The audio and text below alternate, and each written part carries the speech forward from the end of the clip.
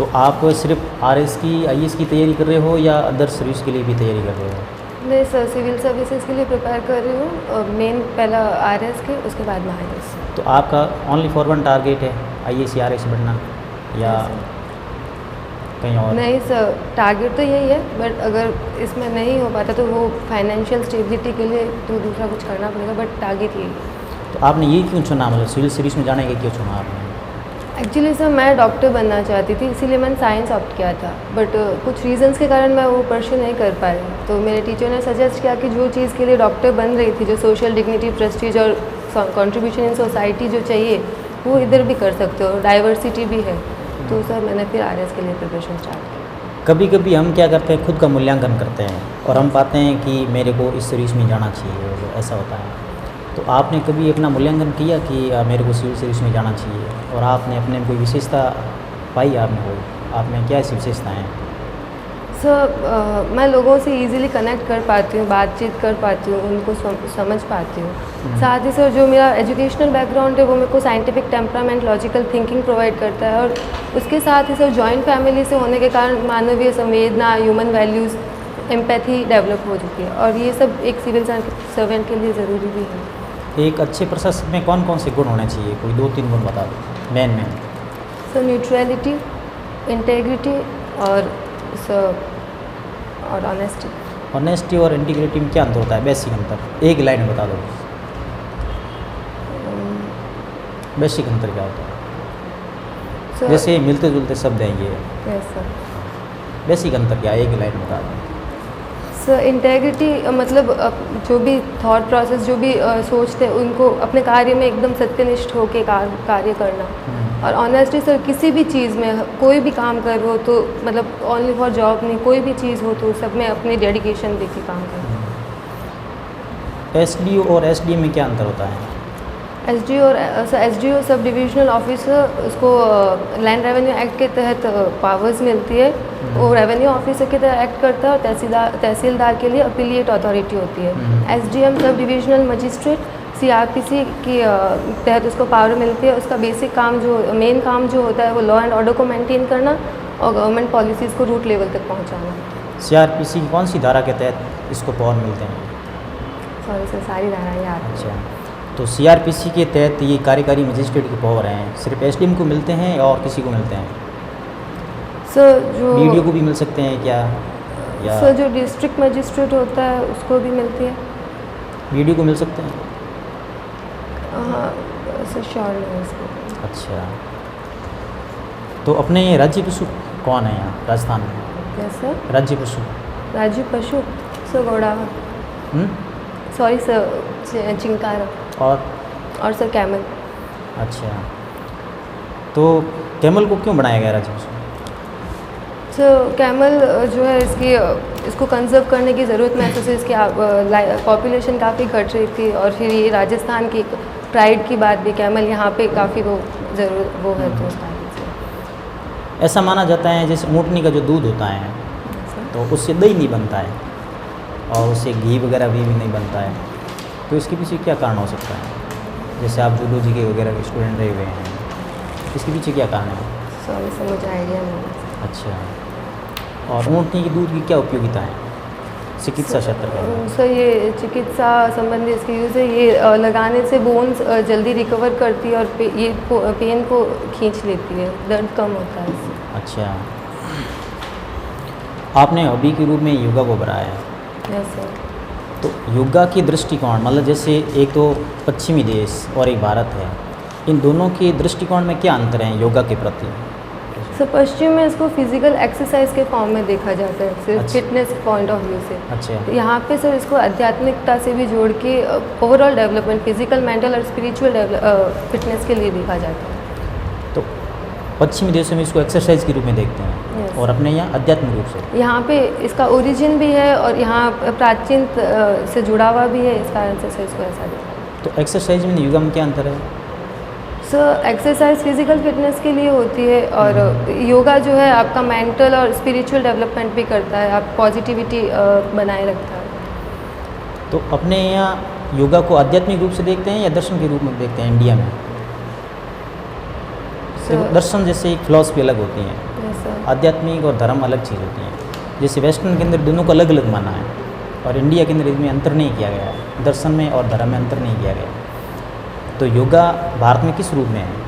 Philosophy के रूप में है या रिलीजन के रूप में है, धर्म के रूप में है? सर योगा को लेके तो जो थ्योरीज़ है और जो है उस हिसाब से तो सर ये एक जीवन को बेहतर बनाने का तरीका है। साथ ही साथ इसमें लोग इसको धर्म से जोड़ लेते हैं कभी कभार, बट सर ये वही जो अपने जीवन को अंतिम लक्ष्य जो मोक्ष प्राप्ति होता है, अगर वो कोई समाधि को अटेन कर ले तो फिर सर वो प्राप्त हो जाता है। अच्छा, जैसे भारत के अंदर कौन कौन से योग के रूप प्रचलित हैं? योग प्रचलित है योग के रूप मतलब जैसे अपन कह सकते हैं निष्काम कर्म योग है, जैसे पतंजलि का ये अष्टांगिक योग सूत्र। सर भारत में हठ योग, पतंजलि का योग सूत्र और सर फिर कर्म योग और अनासक्ति योग जो गांधी जी ने भी बोला था उस बारे में, ये कुछ प्रचलित है। आप योगा करते हो? Yes sir. अच्छा। मैं करती थी बट अभी कुछ टाइम से नहीं कर पा रही। नहीं, आपने मतलब ऐसे हॉबी भरनी होती है इस हिसाब से भरी है या रियल में करते हो? नहीं सर, मैं योगा करती थी। अच्छा, तो आपको गार्गी पुरस्कार मिला हुआ है। यस तो सर। गार्गी पुरस्कार में इंदिरा प्रियदर्शनी पुरस्कार में क्या अंतर है? सर गार्गी पुरस्कार जो होता है वो 10th और 12th में 75% पास जो से पास आउट होने वाली सारी गर्ल्स को मिलता है। Indira Priyadarshini award SC ST class की जो भी डिस्ट्रिक्ट में टॉपर है 10th और 12th उनको दिया जाता है और इनकी राशि के हिसाब से। अच्छा, आप जसोल से बिलोंग करते हो? Yes ma'am. यहाँ रानी भटियाणी जी का मंदिर है। Yes ma'am. ये कौन है रानी भटियाणी जी? मैम रानी भटियाणी जी लोग राजस्थान के प्रचलित लोक देवी हैं और यहाँ पे वो उनका ससुराल था और यहाँ की वो जो राजा और थे उनके परिवार से थे। ये मूलतः कहाँ के हैं? ये जैसलमेर के। इनके पास आपके ध्यान में हो तो सवाई जी का मंदिर, ये सवाई जी कौन है? मैम सवाई जी इनके देवर थे। रानी भटियाणी जी के देवर थे सवाई सिंह जी। GM क्रॉप्स क्या है?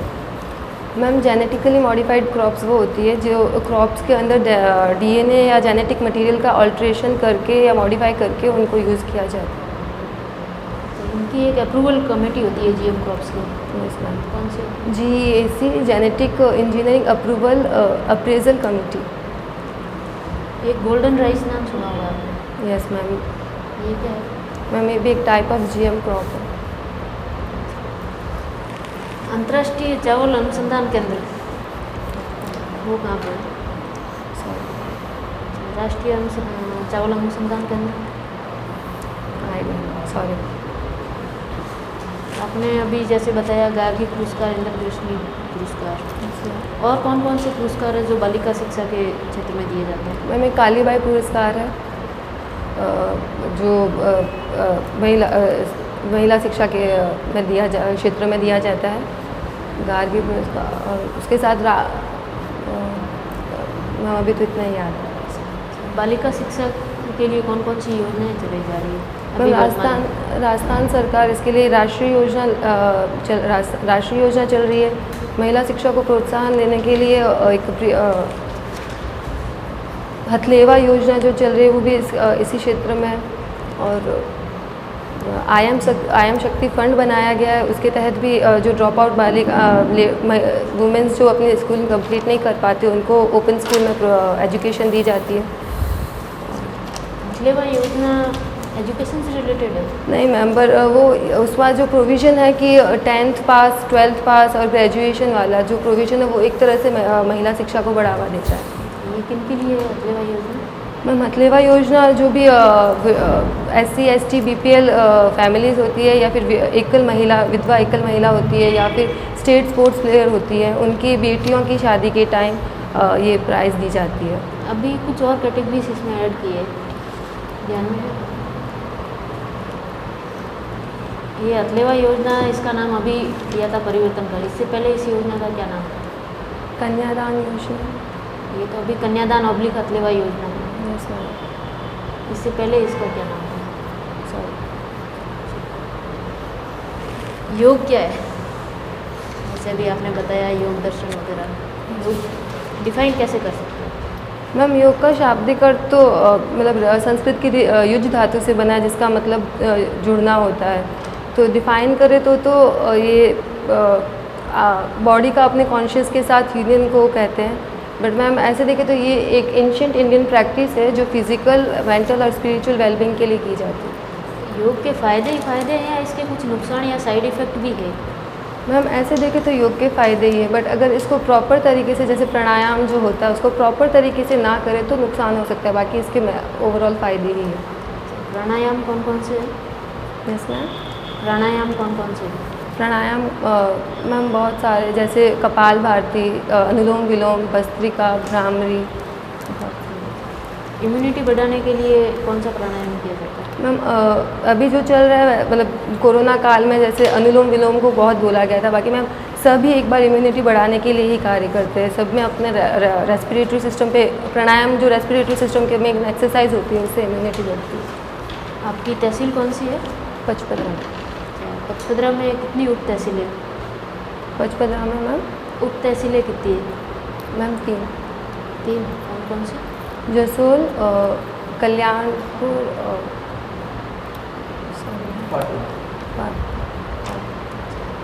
एक होता है नायब तहसीलदार और एक होता है तहसीलदार, इनकी पावर्स में क्या डिफरेंस होता है?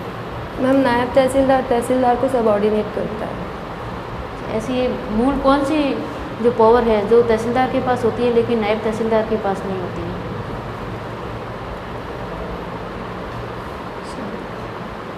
यहाँ अपने यहाँ रिफाइनरी बन रही है आपके ध्यान में? यस। क्या लोकेशन है? सांबरा, पचपदरा। अच्छा, सांबरा में। रिफाइनरी से अपने यहाँ लोकल डेवलपमेंट में कितना इसका योगदान रहेगा?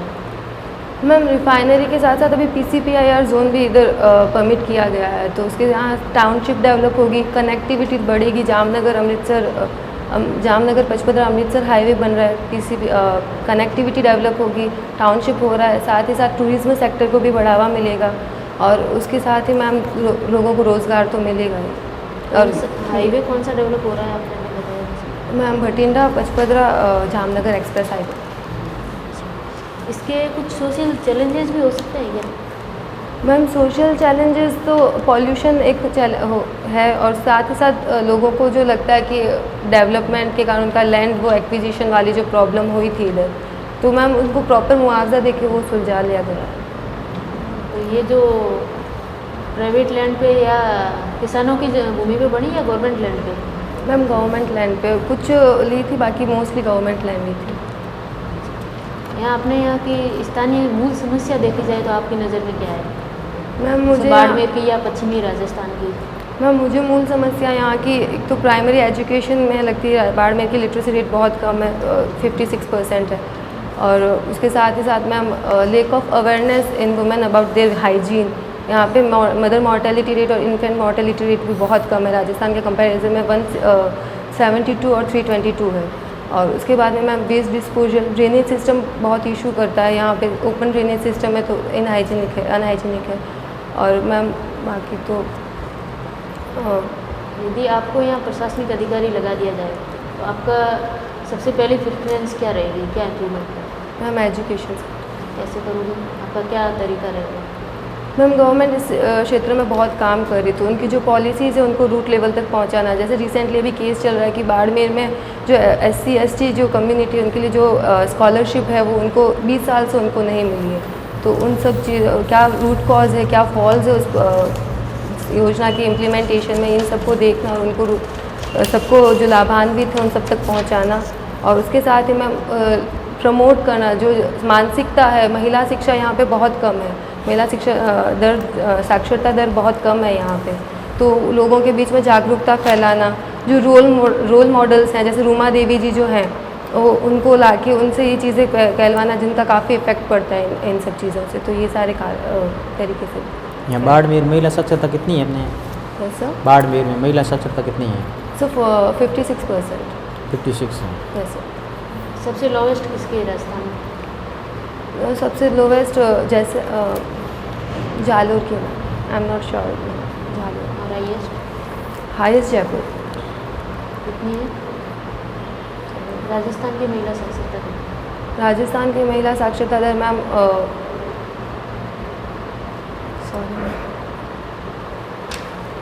एक वर्ड अभी चल रहा है प्लाज्मा थेरेपी, यस मैम। ये क्या है? मैम ये प्लाज्मा थेरेपी जो कोरोना संक्रमित पेशेंट्स हैं उनके लिए यूज़ की जाती है, उनके ट्रीटमेंट के लिए।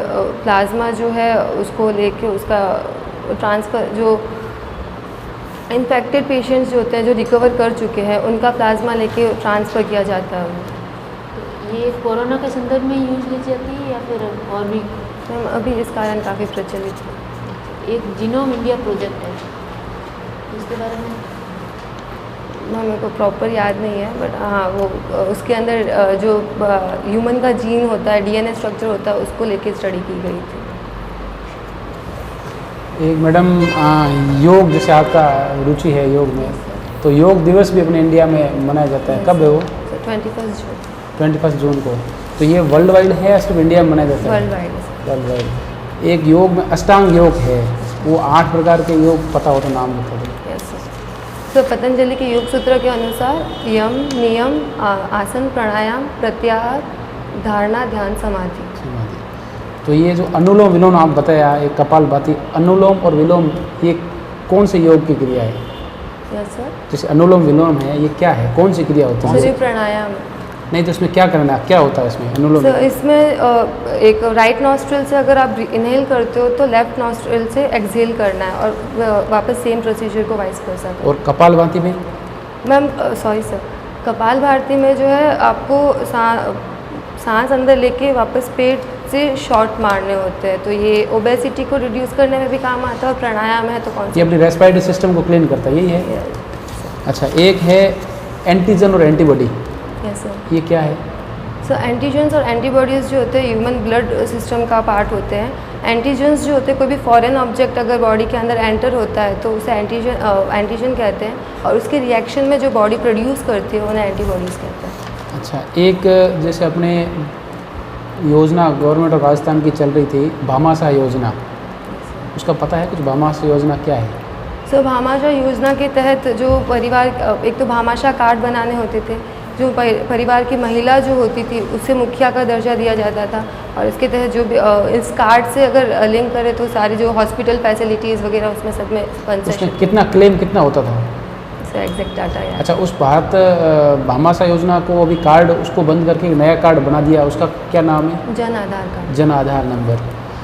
अभी एक है, जैसे आपको गार्गी पुरस्कार मिला हुआ है, तो इस तरह से एक अर्जुन अवार्ड्स होता है, द्रोणाचार्य, ये किस फील्ड में मिलते हैं? सो स्पोर्ट्स फील्ड में राजस्थान गवर्नमेंट देती है। अच्छा, अभी पिछले साल किसको दिया, को याद है क्या? द्रोणाचार्य पुरस्कार। सर नाम इन दोनों में फ़र्क है, अर्जुन पुरस्कार और द्रोणाचार्य पुरस्कार में क्या फ़र्क है? सर अर्जुन पुरस्कार से एलिजिबिलिटी प्रॉपर याद नहीं है, बट अर्जुन पुरस्कार प्लेयर्स को दिया जाता है और द्रोणाचार्य पुरस्कार उनकी कोचेस को दिया कोचेस को जाता है। दिया जाता है। एक अभी इंदिरा रसोई शुरू की गवर्नमेंट ऑफ राजस्थान ने, Yes. वो क्या है? सर इंदिरा रसोई गवर्नमेंट की फ्लैगशिप योजना है। इसके तहत जो लेबर क्लास जो होती है उनको पौष्टिक आहार 8 रुपये प्रति थाली में दिया प्रति प्लेट कॉस्ट में दिया जाएगा, और इसके लिए गवर्नमेंट जो बिल्डिंग्स है ऑक्यूपाई करेगी। जैसे सर इसकी जगह पहले अन्नपूर्णा रसोई अन्नपूर्णा रसोई योजना थी, तो उसमें मोबाइल वैन थी, बट इसमें वो किया, और साथ ही साथ इसमें डिजिटलाइजेशन भी किया गया है, सीसीटीवी वगैरह भी यूज़ किया गया। एक इसमें कैटेगरी डाल रखी है गवर्नमेंट ने, जैसे बीपीएल और स्टेट बीपीएल, तो इसमें फ़र्क क्या है दोनों में? बीपीएल का फुल फॉर्म पता होगा आपको? Below poverty line. तो स्टेट बीपीएल का? State below poverty line. ठीक है। एक जैसे कोरोना अभी चल रहा है, कोविड, उसमें कोरोना में अपने सामाजिक जीवन में क्या बदलाव आपको देखने को मिला है पूरे साल भर में? सर लॉकडाउन लग गया, जिसके कारण इकोनॉमी डाउन तो हुई है, साथ ही साथ लोगों का मिलना जुलना, बच्चों की एजुकेशन पे काफ़ी इफ़ेक्ट हुआ है, और भी सर जो डोमेस्टिक वायलेंस रेट बढ़ चुकी है कोरोना काल में, और अगर ओवरऑल सारा नेगेटिव इम्पैक्ट ही, बट थोड़ा बहुत पॉजिटिव देखें तो डिजिटल लिटरेसी थोड़ी इम्प्रूव हुई लोगों के बारे में, हाइजीन को लेके लोग थोड़ा अवेयर हो चुके हैं, अब लोग sanitizer mask all the time साथ में रखते हैं। तो जितना वर्ल्ड में जो हाहाकार मची थी कोविड को लेके, इतना इंडिया में ज़्यादा डैमेज क्यों नहीं हुआ, उसका कारण? सर इंडिया जो है वो, एक तो इसकी जो पॉपुलेशन है उसमें युवा ज़्यादा है, 18 to 45 ईयर्स वाले पॉपुलेशन में ज़्यादा है। साथ ही इसका जो इंडिया में जो खान पान है बेसिक आयुर्वेदा से खाने में हल्दी, और ये सब यूज़ होना इम्यूनिटी डेवलप करता है। और फिर गवर्नमेंट ने पहले से ही मेजर्स ले लिए थे, लॉकडाउन वगैरह लगा के लोगों में अवेयरनेस बढ़ा दी थी। अच्छा, ठीक है। एक बाजरा जो होता है अपने, उसमें किस्म का कोई नाम हो तो बताओ, बाजरा किस्म का।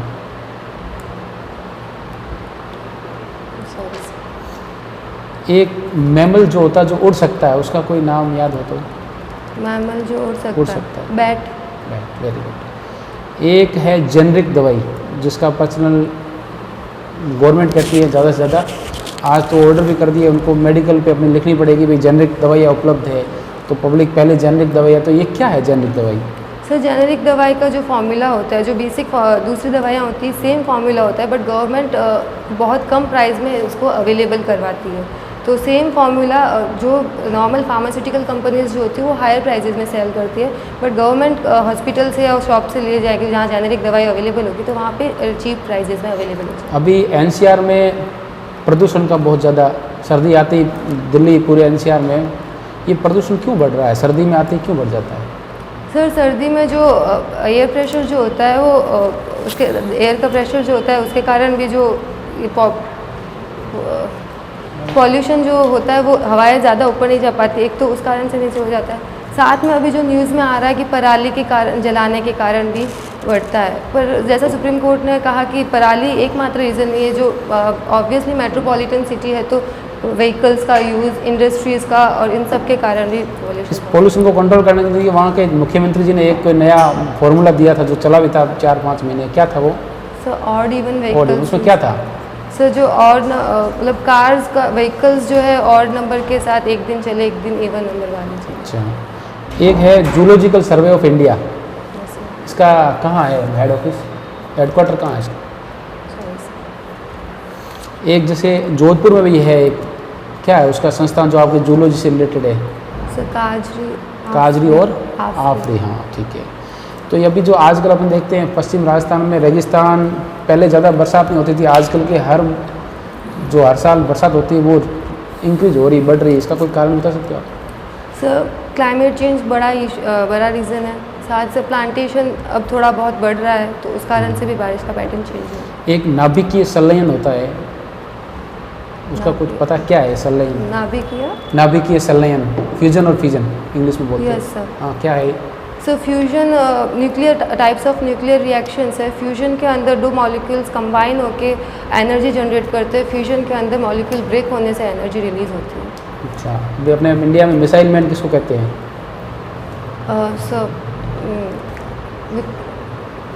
जो भारत के राष्ट्रपति भी रहे हुए हैं, एपीजे अब्दुल कलाम। चलो, हाल की परिस्थितियों को देख रहे हैं तो ऐसा लगता है आपको कि गांधी जी की वर्तमान में प्रासंगिकता है या प्रासंगिक है? सर गांधी जी की जो थ्योरीज थी वो समय के अनुसार नहीं थी, इसी मतलब समय से बंद नहीं थी, इसी कारण वो बहुत ज़्यादा प्रचलित रहे।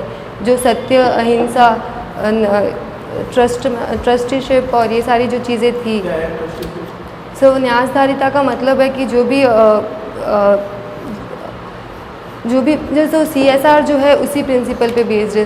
न्यासधारिता का मतलब होता है कोई भी जो अर्जित धन, जैसे व्यापारी लोग जो है धन अर्जित करते हैं तो उसका कुछ हिस्सा जो है वो उनको समाज कल्याण में भी लगाना चाहिए, वो इकट्ठा करके नहीं रखना चाहिए। Yes sir. समान, ये तो पूंजीपति की बात करी आपने, जो भी एक्स्ट्रा सर सर्वोदय की जो प्रिंसिपल था, सबका उदय, मतलब सबको साथ में लेके डेवलपमेंट करना, या ग्राम मतलब जो भारत का गांव के लिए उन्होंने बहुत ज़्यादा मतलब विलेज डेवलपमेंट पे ज़्यादा फोकस किया था, ये सारी चीज़ें। एंशियंट हिस्ट्री पढ़ते हैं, सम्राट अशोक को सुना होगा आपने। क्या आपको लगता है कि सम्राट अशोक की नीतियाँ आज भी कई देशों में, इवन इंडिया में, भारत अगस्त कंट्री में फॉलो करते हैं, उनकी नीतियों को सुधार? उनकी नीतियों में सुधार, सर हिस्ट्री तो इतना याद नहीं है, बट जो सम्राट अशोक ने जो धम्म का प्रिंसिपल दिया था, उनके धम्म तो उसके अनुसार तो जो बड़ों का आदर करना और झूठ नहीं बोलना, सबका रिस्पेक्ट करना, ये सब तो सर हर समय में मान्य रहेंगे। अहिंसा की नीति सो मेरे को एग्जैक्टली याद नहीं। अशोक कौन थे? सम्राट अशोक मैम मगध के राजकुमार थे। कौन से मतलब वंश राजा थे, कौन से वंश से रिलेटेड थे? मौर्य वंश। इनका कौन सा शिलालेख है जिसमें कलिंग युद्ध का वर्णन है?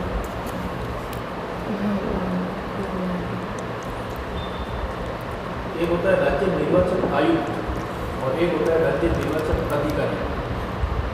सुना है ना? राजस्थान पब्लिक इनमें डिफरेंट है या एक ही? आयुक्त तो जो स्टेट इलेक्शन कमीशन होता है उसका हेड होता है। क्या कार्य करता था? सर जो स्टेट पंचायती राज इलेक्शंस और ये सब ऑर्गेनाइज करवाना, इसके वोटिंग्स और को देखना, इनको रेगुलेट करना, ये सारे कार्य। एमएलए एमपी का एमएलए एमपी का सर सेंट्रल इलेक्शन कमीशन। ये ओनली पंचायती राज के ही करवाते हैं या? यहाँ पंचायती राज, पंच, सरपंच, जो भी ये इलेक्शन जो है। अब कौन से इलेक्शन होने वाले हैं? अभी नगर निगम के लिए ये भी मैम वही करवाता है। पंचायती राज के सारे इलेक्शन हो चुके हैं? Yes ma'am. पंचायती राज के कितने स्तर होते हैं? मैम 3 स्तर होते हैं। कौन कौन से? विलेज लेवल पंच, सरपंच और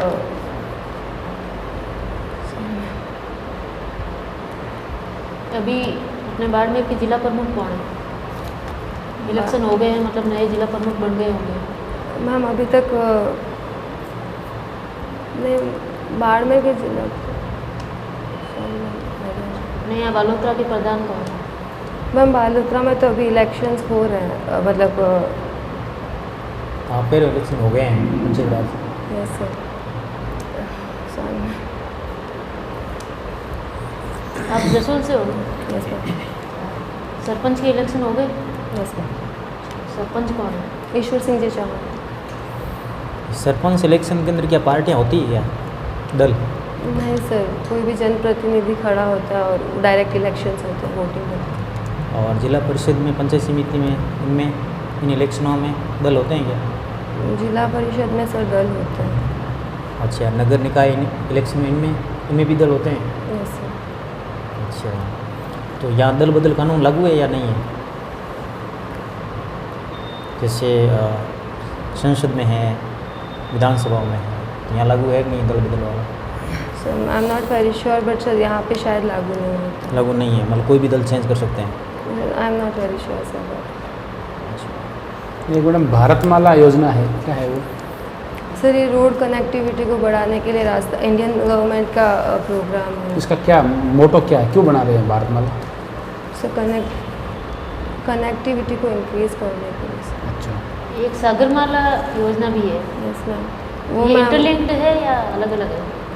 मैम भारतमाला प्रोजेक्ट में रोड्स की लिंकेज प्रोजेक्ट और सागरमाला जो है वो वाटरवेज और उसको लिंक करना है। अपने यहाँ बाड़मेर में भारतमाला के तहत रोड कनेक्टिविटी का हो रहा है क्या development? Ma'am Barmer border areas इसमें इंक्लूडेड है। अपने बॉर्डर पर बीएसएफ क्यों, आर्मी क्यों नहीं?